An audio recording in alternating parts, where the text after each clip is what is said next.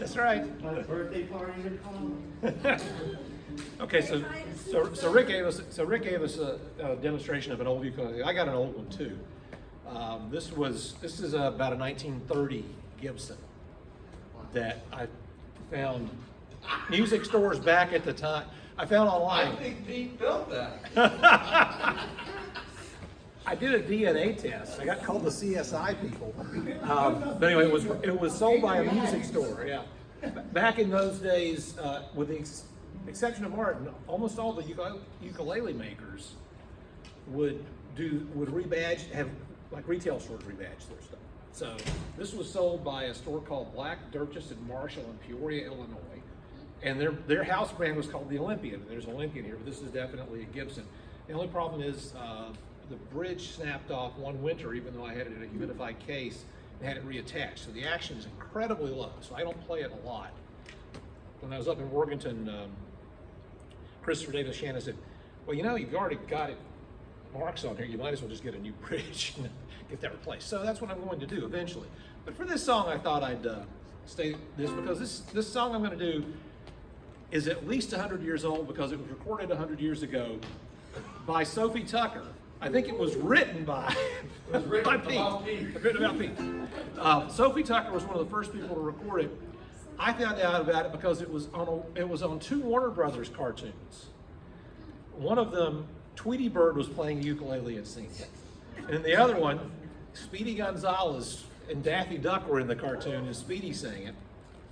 And the local connection to this song is that it was recorded in the late 30s by a group called the Carolina Tar Heels, which is a string band that was based up in the western part of the state.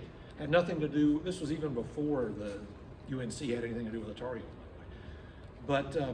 But one of the banjo and guitar players was a guy named Clarence Ashley, who retired from music in the 1930s and was rediscovered in the 1950s. And his accompanist was this guy named Doc Watson.